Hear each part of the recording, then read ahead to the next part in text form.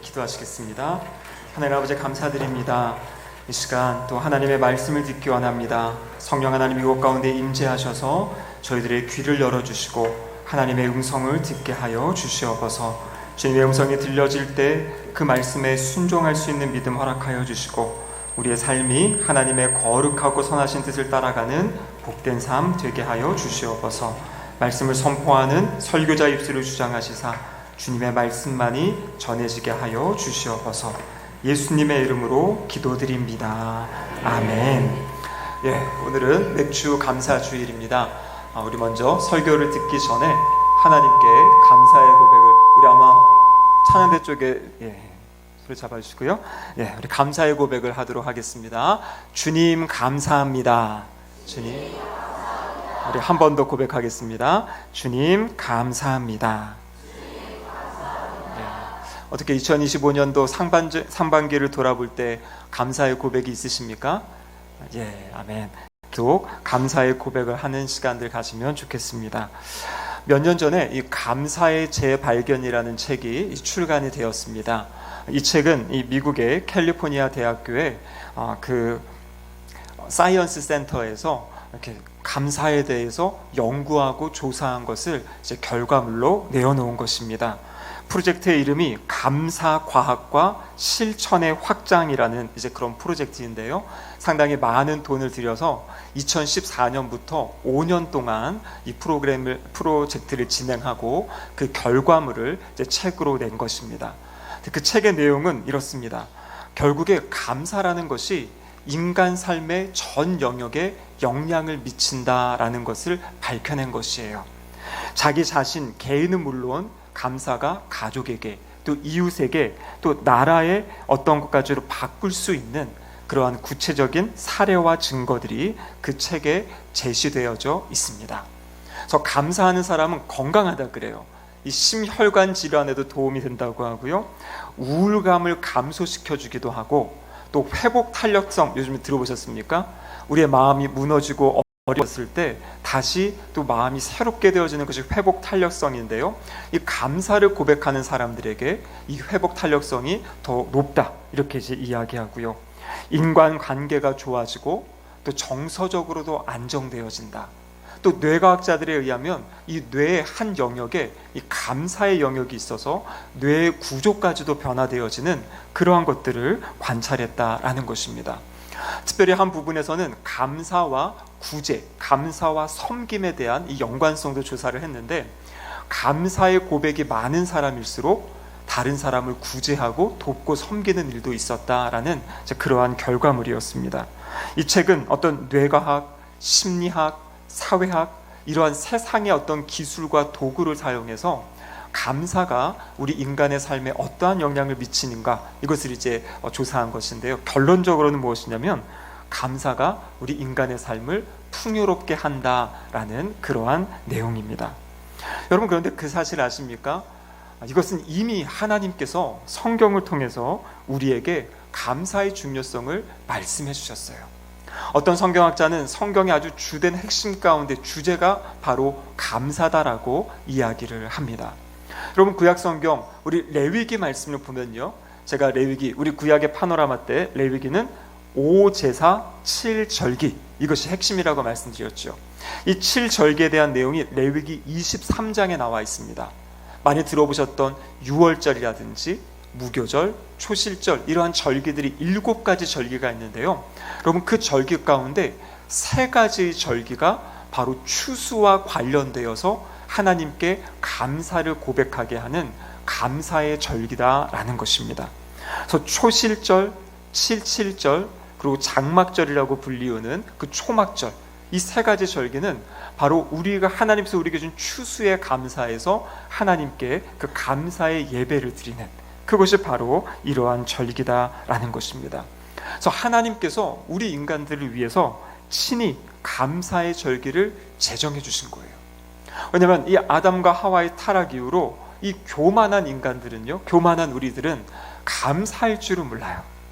그래서 하나님께서 감사를 해야 감사의 삶을 살아야 우리가 풍성하고 복된 삶을 살 수 있기 때문에 이렇게 절기를 만들어 주셔서 그 기간 동안에는 감사를 표현하게 하셨습니다. 레위기 23장 15절에서 22절까지에서는 특별히 7.7절, 다른 말로 하면 오순절이라고도 하는 그 절기의 규례를 하나님이 주셨어요. 레위기 23장 16절 말씀을 같이 한번 읽어보겠습니다. 일곱 안식일 이튿날까지 합하여 50일을 계수하여 새 소재를 여호와께 드리되. 자, 일곱 안식일, 이 안식일 7번이라는 것은 일주일이 7번이니까요 77에 49, 49일에다가 이튿날까지 합쳐서 50일을 계수한 다음에 그날에 새 소재를 드려라. 여기서 말하는 새 소재라는 것은 첫 번째 소산물을 이야기하는 것입니다. 그러면 일곱째 안식일의 출발의 기준인데 그것이 바로 초실절. 이 초실절이라는 것이 이제 보리의 첫 열매를 하나님께 드리는 거거든요. 그래서 초실절 이후에 50일이 되는 그 시간에 바로 7.7절, 오순절이라고 불리는 날에 함께 모여서 감사의 절기를 지켜라, 이렇게 지금 말씀하고 계신 겁니다.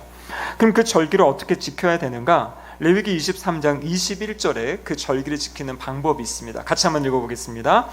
이날에 너희는 너희 중에 성회를 공포하고 어떤 노동도 하지 말지니 이는 너희가 그 거주하는 각처에서 대대로 지킬 영원한 규례니라. 아멘.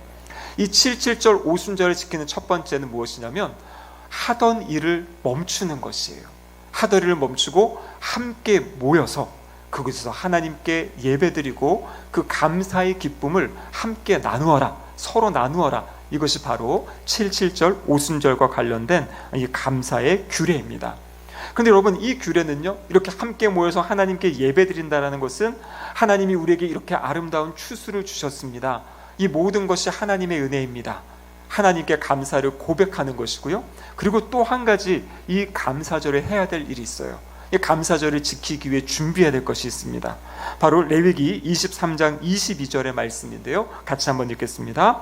너희 땅에 곡물을 벨 때에 밭 모퉁이까지 다 베지 말며 떨어진 것을 줍지 말고 그것을 가난한 자와 거류민을 위하여 남겨두라. 나는 너희의 하나님 여호와이니라. 아멘. 여러분, 그래서 이 이스라엘 백성들은 이 감사 절기를 지키기 전에 이 추수하는 과정 가운데 하나님이 명령하신 말씀이 있어요. 그래서 바로 오늘 본문의 말씀인데요. 곡물을 벨 때, 추수할 때 밭 모퉁이까지 다 베지 말아라. 그 부분들은 남겨두라는 것이에요. 누구를 위해서요? 가난한 사람, 거류민, 고아와 과부, 객을 위해서 이것들을 남겨두어라, 이렇게 이야기합니다. 또한 추수할 때요, 이 곡식단을 가지고 가다가 이것이 바닥에 떨어지거나 흘리면 그것을 다시 줍지 말라 그래요. 그래서 그 밭에 그대로 내버려 두어라. 그러면 이것을 나중에 누가 주워갑니까? 여기 나온 것처럼 가난하고 연약하고 소외된 사람들이 밭에 가서 그것을 줍는 것이에요. 그것을 바로 이삭 줍기다라고 이제 이야기를 하는 거죠. 여러분, 우리가 구약 성경을 볼 때 이 이삭 줍기의 은혜와 혜택을 누린 사람이 있었습니다. 그 사람이 누구죠? 롯이지요. 롯. 시어머니와 함께 모압 땅에서 베들레헴에 돌아왔을 때, 여러분, 그 당시에 고대의 이 여인들은 특별히 할 수 있는 일이 없었거든요. 그런데 바로 보아스의 밭에 가서 그 떨어진 이삭을 주우며 자신의 삶을 이제 살아가게 되는 그 이야기가 바로 이 이야기입니다. 그래서 하나님께서는 하나님이 주시는 그 수확, 하나님이 추수하게 하신 그 은혜, 이것을 가지고 하나님께 올려드리고 하나님께 감사드리는 것뿐만 아니라 하나님이 우리에게 주신 것을 가지고 이웃과 나누며 살아가는 것, 그것이 바로 하나님이 기대하시는 우리 성도들의 삶의 모습이다라는 것입니다. 여러분, 이 이야기를 들어보니까 제가 앞에서 이야기한 감사의 재발견이라는 책의 내용과 동일하지 않습니까? 감사하고, 그 책에서도 감사를 잘하는 사람은 이웃과 더 잘 나누며 사는 사람이다, 이렇게 이야기를 했어요. 근데 7.7절 성경에 나와 있는 오순절의 이 모습을 보면 바로 하나님께 감사하고 이웃과 나누는 그러한 삶에 대해서 이야기해주고 계십니다. 결국에 이것은요, 감사를 통해서 하나님은 우리의 삶이 풍성해지기를 기대하시는 그 일들을 보여주고 있는 것입니다. 여러분, 오늘은 2025년 맥주 감사주일입니다. 제가 예전에 청년 사역할 때 한 청년이 맥주 감사주일을 앞두고 질문을 했어요. 목사님, 11월이 되면 추수감사주일이 있는데 갑자기 웬 7월에 맥주감사주일을 지키는 겁니까? 그리고요, 아무도 우리가 맥주라는 건 무엇입니까? 맥이라는 게 보리 맥자지 않습니까? 이 보리 추수 감사하는 건데 아무도 보리 농사 짓는 사람이 없는데 왜 맥주감사주일을 또 해야 되는 겁니까? 라고 이제 질문을 하였어요. 여러분, 이런 의문을 가져보신 적 없으십니까? 우리 어른들은요 다 순종적이시고 그냥 믿음이 충만하셔가지고 교회에서 한다 하면은 다 이렇게 따라가시는데요. 사실 여기에는 교회에 어떤 역사가 있습니다. 바로 레위기 23장에 이 추수 절기를, 이제 구약에 있던 그 절기를 가지고요, 이제 교회들이 어떻게 그럼 이것을 우리가 우리의 삶에 적용할 것인가 해가지고 만들어진 것이 추수감사주일이에요. 그래서 우리나라에도 선교사님들이 처음에 한국에 오셔서 이 교회를 세우고 사역하실 때 그때부터 추수감사주일을 지키게 하셨어요. 근데 여러분, 우리나라가 예전에 저 북쪽에는요, 우리가 남과 북이 다 같이 통일되었을 때, 그때 이제 하나일 때, 그때 이제 복음이 들어왔잖아요. 근데 북쪽 지방은 주로 밀과 보리를 많이 추수했다 그래요. 그래서 밀과 보리를 추수하는 시기와 이 남쪽의 쌀을 추수하는 시기가 달라요.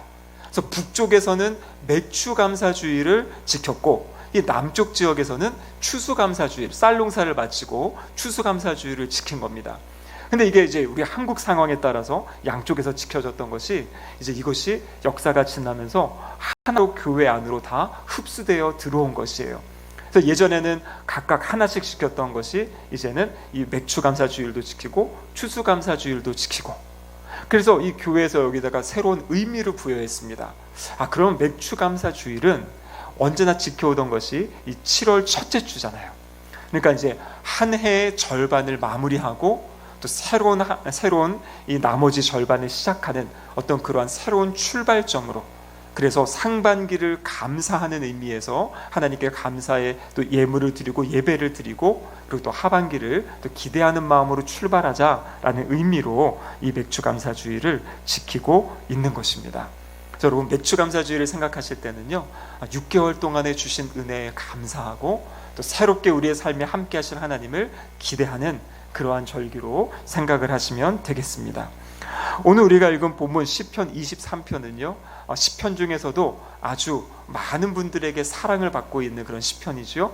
여기 계신 분들도 이 시편을 암송하시는 분들도 계실 줄로 믿습니다.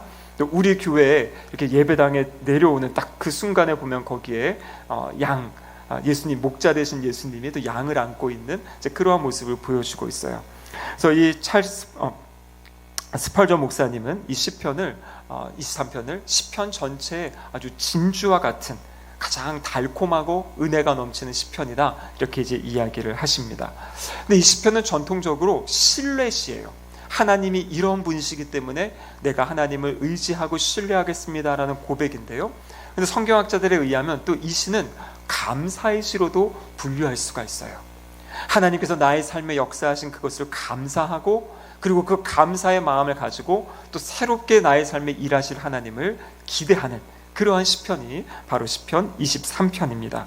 그래서 오늘은 이 말씀을 통해서 우리가 무엇을 감사해야 될지, 하나님께 어떠한 것을 감사해야 될지 같이 생각해보고 또 감사하는 시간을 갖기를 원합니다. 여러분, 첫 번째로는요, 하나님께서 우리에게 영의 양식을 먹여주신 것에 대해서 감사할 수 있어야 됩니다. 여러분, 시편 23편 1절과 2절 말씀인데요, 우리 같이 한번 읽어보도록 하겠습니다. 여호와는 나의 목자시니 내게 부족함이 없으리로다. 그가 나를 푸른 풀밭에 누이시며. 아멘. 여러분, 여기 보시면 여호와는 나의 목자시니, 여러분, 우리 주님이, 하나님이 나의 삶의 목자가 되신다, 이렇게 말씀해 주고 계세요. 목자는요, 양과 관련된 모든 것을 다 책임지는 사람이 목자입니다. 이 고백은 무엇이냐면, 하나님께서 나의 삶의 모든 것을 다 붙잡아 주시고 나의 삶의 모든 것을 다 책임져 주시는 분, 그 분께 지금 고백을 하고 있는 것입니다. 근데 여러분, 여기서 나의 목자다라고 할 때 목자가 양을 위해서 하는 가장 중요한 일 가운데 하나가 무엇이냐면 바로 먹이는 것이에요. 양들은 어리석고 시력이 좋지 않아서 밖에 나가서 어디에 풀이 있는지 어디에 물이 있는지 찾지 못한다고 합니다. 집 밖에 내놓으면 자기 집으로 찾아 들어오지 못하는 것이 양이라 그래요. 그래서 목자가 해야 될 제일 중요한 일은 양들을 끌고 가서 이 풀을 먹을 수 있도록 그곳으로 인도하는 것, 이것이 목자의 중요한 역할입니다. 그래서 여러분, 여기서 여호와는 나의 목자시니라는 것은 무슨 말이냐면 바로 하나님께서 우리의 목자가 되셔서 우리에게 하늘 양식을 먹이신다라는 것이에요. 하나님의 말씀을 우리에게 끊임없이 주셔서 우리의 영혼이 자라고 성장하고 성숙할 수 있도록 하나님이 우리에게 그 은혜를 베풀어 주신다, 우리를 돌봐주신다라는 것을 이야기하고 있습니다. 여러분, 베드로가 예수님 잡히셨을 때 3번 부인하는 사건이 성경에 기록되어 있죠. 그런데 부활하신 예수님이 다시 베드로를 만나 주십니다. 그리고 베드로에게 물으세요. 내가 나를 사랑하느냐 물으시죠. 그때 베드로가 뭐라고 대답합니까? 내가 주님을 사랑하는지 주님이 아십니다. 그때 주님이 베드로에게 맡기신 것이 무엇입니까? 내 양을 먹이라, 이렇게 말씀하세요. 그럼 베드로가 열심히 일해가지고 사람들을 먹이는 거 아니죠? 베드로가 먹이는 것은 바로 예수님으로부터 들은 하나님의 말씀, 그 말씀을 가지고 사람들을 먹이는 것이에요. 가르치는 것이에요. 이어지는 오늘 본문에 푸른 풀밭에 누이신다라는 것도요, 푸른 풀밭, 가장 풍성한 양식, 가장 좋은 양식으로 양떼들을 먹이시는 하나님을 이야기하고 계십니다. 여러분, 하나님께서 오늘날 우리를 먹이시고 계시죠. 이 시간에도 이 예배 시간을 통해서 하나님의 말씀으로 우리를 먹이시는 거예요. 우리가 지난 상반기의 시간을 돌아보면 이 상반기의 각종 예배를 통해서, 또 우리가 성경 공부를 통해서, 또 세미나를 통해서 하나님의 말씀을 들었고, 또 하나님의 말씀을 우리가 배우고 하나님의 말씀을 먹었어요. 그래서 우리가 하나님께 감사해야 될 것은, 하나님, 저에게 끊임없이 하나님의 말씀을 먹여주셔서, 하나님의 말씀을 가르쳐주셔서 감사합니다라고 고백할 수 있어야 됩니다. 여러분, 특히 이 고백이 이렇게 나오시나요? 예. 그래서 하나님께서 이 공예배를 통해서, 또 개인적으로 내가 하나님의 말씀을 읽고 묵상하는 그 시간들을 통해서 하나님은 끊임없이 우리에게 영의 양식을 먹여주십니다. 그 하나님께 감사하시기 바랍니다. 그러면 두 번째로는요, 하나님께서 우리를 영적으로 살아나게 하셨음에 감사할 수 있어야 돼요. 하나님이 우리를 영적으로 살아나게 하셨다. 시편 23편 2절 하반절과 또 3절 상반절 말씀 같이 한번 읽어보겠습니다. 쉴만한 물가로 인도하시는도다. 내 영혼을 소생시키시고. 아멘. 여러분, 여기 보시면은요, 이 푸른 초장으로 인도해서 우리에게 풀을 먹여주시고 쉴만한 물가로 인도하신다, 이렇게 되어 있죠. 여러분, 이 물가의 첫 번째는 이 양들의 그 갈급함들을, 목마름을 채워주는 것이에요. 하나님께서 우리의 영혼을, 우리의 갈급함 심령을 채워주시는 그 은혜, 그것을 우리에게 주신 거죠. 그런데 여러분, 이 구약시대에 보면요, 이 목자들이 양들을 물가로 데려가서 물을 먹이는 것뿐만 아니라 양의 몸에 있는 어떤 상처난 부위들을 물로 씻어준다 그래요. 깨끗하게. 그리고 또 몸이 많이 더러워져 있는 것을 물로 씻겨주는 것이에요. 그러니까 우리를 물가로 인도하신다는 것은 무엇이냐면, 하나님께서 우리의 영혼의 갈급함을 채워주시는 것뿐만 아니라 우리의 죄악된 것을 물로 깨끗하게 그리스도의 피로 정결하게 씻어주시고 우리의 영적인 아픔과 상처를 치유해 주시는, 그래서 오늘 이어지는 본문에 보면 내 영혼을 소생시키신다, 이렇게 말씀하고 계시죠. 소생시킨다는 것은 다시 살리시고 다시 일으키시는 것이에요. 그래서 올해 우리 교회의 주제가 성령의 능력으로 부흥하는 교회. 그럼 여기서 말하는 부흥의 가장 유사한 단어는 무엇이냐면 오늘 본문에 나와 있는 소생시키신다라는 것이에요. 다시 살리신다는 겁니다. 우리의 믿음을, 우리의 영혼을 하나님을 사랑하는 마음으로 다시 심령을 깨워주시고, 주님의 몸된 교회를 사랑하는 마음으로 하나님이 일으켜주시고, 또 성도들 서로 간에 그 사랑의 그 친밀한 교제함들을 다시 일으켜주시는, 살려주시는, 그것이 바로 소생시키시는, 영적으로 일으키시고 세워주시는 그 말씀을 이야기하고 계시는 겁니다. 여러분, 어떻게 2025년 상반기에 영적으로 좀 소생함들을 경험하셨습니까? 하나님과 더 친밀해지셨습니까? 하나님을 더 사랑하게 되셨습니까? 여러분, 그러면 우리는 하나님께 감사의 고백을 드려야 되는 것이에요. 하나님께서 우리를 물가로 인도해 주시고 우리를 씻어 주시고 회복시켜 주시고 일으켜 주셨음에 감사할 수 있어야 됩니다. 여러분, 세 번째로 우리가 감사할 제목은 무엇이냐면 하나님께서 우리를 의의 길로 인도해 주셨다라는 것이에요. 여러분, 오늘 본문 시편 23편 하반절에 보면 이렇게 되어 있죠. 자기 이름을 위하여 의의 길로 인도하시는도다. 또 시편 1편 6절의 말씀에 보면 무릇 의인들의 길은 여호와께서 인정하시나 악인들의 길은 망하리로다. 아멘. 여러분, 성경을 보면요, 창세기 3장 인류가 죄를 지은 이후에 모든 사람은 두 가지 길 중에 한 길을 걸어가는 것이에요. 첫 번째 길은 의인의 길이 있고, 그리고 두 번째 길은 악인의 길이 있어요. 그래서 모든 이 땅에 살아가는 사람은요, 그 둘 중에 하나에 속해서 걸어가고 살아가고 있는 것입니다. 여러분, 주님을 떠난 사람들, 주님을 알지 못하는 사람들이 만들어가고 세워가는 그 많은 것들은요, 육신의 정욕, 욕망에 따라 만들어진 바로 이 악한 길, 악인의 길을 걷게 되는 것이죠. 근데 예수님께서 이 땅에 오셔서 우리에게 해주신 것이 무엇입니까? 바로 길이 무엇인지를 보여주셨잖아요. 예수님 말씀이 무엇이에요? 내가 곧 길이요 진리요 생명이다. 그래서 많은 사람들이 죽음의 길, 그 끝은 가도 허무하고 아무것도 찾을 수 없고 결국에는 영원히 죽고 영원히 죽을 수밖에 없는 그 길을 가고 있는 사람들, 그들을 위해 예수님이 이 땅에 오셔가지고요, 십자가에 달려 죽으시고 부활하심으로 우리에게 생명의 길, 의의 길을 보여주신 것이에요. 그래서 우리가 따라가는 이 생명의 길, 의의 길, 그 마지막에는 천국, 하나님의 나라가 분명히 있습니다. 또한 그 길을 따라가는 삶을 살아가는 사람에게는 삶의 가치가 있고 삶의 의미가 있어요. 이 길은 결코 헛된 길이 아니다라는 것이에요.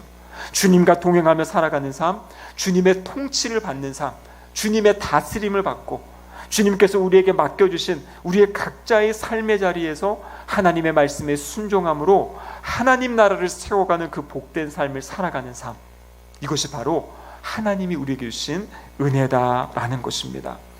여러분, 이 세상이 너무나 혼란스러워요. 가치 기준들이 다 무너져 가고 있고요. 이 포스터 모더니즘의 특징이라는 것이 무엇이냐면 모든 것을 가치 기준들을 다 무너뜨리는 것이에요. 그래서 이것도 좋고 저것도 좋고, 나중에 사람들이 가면요, 이게 혼란스러워 가지고 오히려 더 마음이 불안하고 어찌할 바를 모른다라는 것입니다. 이 혼란스러운 시대에 하나님께서 우리에게 말씀의 기준을 주셨어요. 이렇게 사는 것이 올바른 삶이다, 이렇게 사는 것이 행복한 삶이다, 이것이 바로 가치 있고 의미 있는 삶이다라는 그 말씀의 기준을 우리에게 주신 겁니다. 근데 여러분, 이 말씀의 기준의 의미를 깨닫지 못할 때는 이 하나님의 말씀이 때로는 너무나 우리에게 어떤 울타리 같고 우리를 올가매는 것 같고 우리를 어렵게 하는 것 같은 그러한 잘못된 느낌을 받을 수가 있는 것이에요. 하지만 하나님이 우리에게 말씀을 통해 기준을 주시고 선을 주신 것은 우리를 불편하고 힘들게 하기 위한 것이 아니라 우리가 가장 행복하고 만족을 누리며 살아갈 수 있도록 하시기 위해서 이 말씀을 주셨다라는 것입니다. 여러분, 그래서 우리가 이 말씀을 받을 때 내가 지금 의의 길을 걸어가고 있다라는 그 사실, 여러분, 그것을 통해서 하나님께 감사할 수 있어야 됩니다. 하나님이 제시해 주신 그 길, 생명의 길을 걸어가고 내가 그 지금 생명의 길 위에 서 있다는 자체, 때로는 그 길 위에서 내가 피곤해서 넘어질 때도 있고 쓰러질 때도 있고 잠시 멈출 수 있지만 중요한 것은 무엇이냐면 우리는 이미 그 길에 들어서 있고 그 여정을 걸어가고 있다라는 사실입니다. 그래서 우리는 이 맥주감사 주일에 지난 상반기 동안에도 우리가 다른 길로 가지 아니하고 하나님의 품 안에서 하나님의 이 믿음의 길, 신앙의 길을 걸어가고 있다는 이 사실에 다시 한번 감사할 수 있어야 됩니다. 여러분, 네 번째로는요, 오늘 본문 4절의 말씀인데요, 하나님이 우리를 위험에서 지켜주셨어요. 같이 한번 읽어보겠습니다. 내가 사망의 음침한 골짜기로 다닐지라도 해를 두려워하지 않을 것은 주께서 나와 함께 하심이라. 주의 지팡이와 막대기가 나를 안위하시나이다. 아멘. 여러분, 시편 23편의 가장 중요한 핵심은 무엇이냐면 여호와가 나의 목자시다. 근데 그 목자는 나와 언제나 함께 하신다라는 것이에요. 그래서 오늘 4절의 중간에 보시면 주께서 나와 함께 하심이라. 여러분, 우리가 주님과 함께 믿음의 길을 걸어갈 때에도 오늘 다윗의 고백처럼 사망의 음침한 골짜기를 만날 수도 있어요. 주님이 함께 하신다고 해서 우리의 모든 길이 어려움이 없고 장애물이 없고 그냥 그렇게 지나가는 것은 아니다라고 성경은 우리에게 말씀하고 계십니다. 주님을 믿고 살아가는 길에도 이 음침한 골짜기를 지날 때가 있어요. 근데 중요한 것은 무엇이냐면 내가 혼자 있는 것이 아니라 하나님이 나와 함께 하신다라는 그 믿음이 필요합니다. 그래서 여러분, 뭐라고 되어 있습니까? 그 주님이 함께 하시면서 지팡이와 막대기로 우리를 안위하신다, 우리를 지키시고 보호하신다라고 말씀하세요. 이스라엘의 목자들에게는 두 개의 막대기가 있었다 그래요. 하나는 무엇이냐면 지팡이입니다. 이 지팡이는 말 그대로 양들이 다른 길로 가려고 할 때 양들을 올바른 길로 인도하는 것이에요. 그래서 양들을 지휘하고 이 길로 가야 된다 알려주는 것이 지팡이입니다. 근데 뒤에 나와 있는 막대기는 무엇이냐면 바로 양들을 데리고 다닐 때 일이라든지 어떤 짐승들이 오잖아요. 그 짐승들을 쫓아내고 물리칠 때 사용하는 것이 막대기예요. 막대기. 그러니까 한 손으로는 이 양들을 인도하고, 그리고 오는 그 잘못된 이 위협의 세력들을 이 막대기로 물리치는 그 사람이 바로 목자인데, 하나님께서 우리의 삶에 그 일, 그 역할을 해주신다라고 지금 고백하고 있는 것입니다. 그럼 그렇기 때문에 우리 성도들의 마음에는요, 이 평안함이 있는 것이에요. 어떠한 상황에서도, 어떠한 환경에서도 내가 지금 혼자 있는 것이 아니라 하나님께서 나와 함께 하시며 나의 길을 인도해 주시고 나의 길을 보호해 주신다. 그럼 이것은 이 구약시대부터 우리에게 주신 약속의 말씀이죠. 우리가 잘 아는 이스라엘 백성들이 광야 생활을 할 때 하나님께서 구름기둥과 불기둥, 이 구름기둥 불기둥도 이들의 삶을 인도해 주었고 또 보호해 주는 역할을 했었잖아요. 우리가 언제나 기억할 것은 하나님이 나의 목자가 되시고 목자이신 하나님이 나의 삶을 인도해 주시고 보호해 주셨다. 그것에 감사할 수 있어야 됩니다. 여러분, 오늘 저녁에 집에 가셔가지고요, 우리 꼭 한번 가족들과 잠시라도 시간을 좀 가지면 좋을 것 같아요. 어떠한 시간이냐면 지난 상반기를 돌아보시면서 각자에게 있었던 감사한 일들을 좀 가족분들과 좀 나누면 좋을 것 같고요. 또 가정 안에 있었던 좋은 일들이 있다면, 또 은혜의 일들이 있다면 함께 나누면 좋을 것 같아요. 그러면서 하나님께 감사의 기도도 드리고 또 서로 그 일을 또 감사하면서 기뻐할 수 있는 그런 시간을 꼭 한번 오늘 저녁에 가지시기를 바랍니다. 여러분, 이러한 고백을 한 다윗, 맨 마지막 6절에 보면 이렇게 담대한 선언을 합니다. 같이 한번 읽어보겠습니다. 내 평생의 선하심과 인자하심이 반드시 나를 따르리니 내가 여호와의 집에 영원히 살리로다. 아멘. 여러분, 지금 다윗이 뭐라고 고백하냐면요, 내 평생에 선하심과 인자하심이 반드시 나를 따른다. 여기 선하심이라는 단어는 하나님의 그 좋으신 것, 하나님의 좋은 모든 것, 그것을 이야기하는 것이고요, 인자하심은 하나님의 신실하신 사랑을 이야기하고 있어요. 근데 지금 이 선하심과 인자하심이 나를 따른다 이렇게 되어 있죠. 그럼 여기 따른다라는 이 단어는요, 추격한다라는 그런 의미예요. 사냥개가 사냥물이 있을 때 그 사냥물을 잡기 위해서 막 달려가고 쫓아가는 그 모습, 이 모습을 지금 표현한 겁니다. 무슨 말이냐면요, 내가 살아가는데 하나님의 선하심과 인자하심이 나를 추격해 온다라는 것이에요. 왜 추격해 옵니까? 추격해 와서 나에게 하나님의 선하심과 인자하심을 베풀어 주시기 위함이라는 것이에요. 그래서 다윗은 이렇게 어려운 시절 다 경험하고 겪었고 하나님께 감사의 기도를 드리면서 마지막 고백은 무엇이냐면, 하나님, 지금까지 저의 삶을 그렇게 보호하시고 인도하시고 은혜 주셨던 것처럼 앞으로 저의 삶에도 하나님의 선하심과 인자하심이 풍성할 것입니다 라는 그 기대를 가지고 믿음의 고백을 하고 있는 것이에요. 그것이 반드시 나를 따를 것이고, 그래서 내가 여호와의 집에 영원히 살 것이다 라는 믿음의 고백을 하고 있는 것입니다. 여러분, 2025년 맥주 감사주일입니다. 지난 상반기 동안 하나님께서 우리를 하나님의 영의 양식으로 먹여주셨고, 또 우리의 영혼을 회복시켜 주셨고, 의의 길로 인도하시며 보호해 주셨습니다. 이 하나님께 감사의 고백을 드리시고요, 또 남은 하반기에도 하나님 우리와 함께 하시며 우리의 삶을 이끄시고 인도하시고 또 선하심과 인자하심으로 충만하게 하실 것을 기대하는 마음으로 오늘 또 하루를 또 살아가시기를 주님의 이름으로 축복합니다. 아멘. 기도하겠습니다. 하나님 아버지, 감사합니다. 우리의 삶의 모든 것이 하나님의 은혜입니다. 하나님 또한 저희들이 하나님의 또 새 일을 행하실 것을 기대합니다. 남은 2025년 한 해도 주님과 동행하며 아름다운 하나님 나라 세워가는 우리 모두가 되게 하여 주시옵소서. 예수님의 이름으로 기도드립니다. 아멘.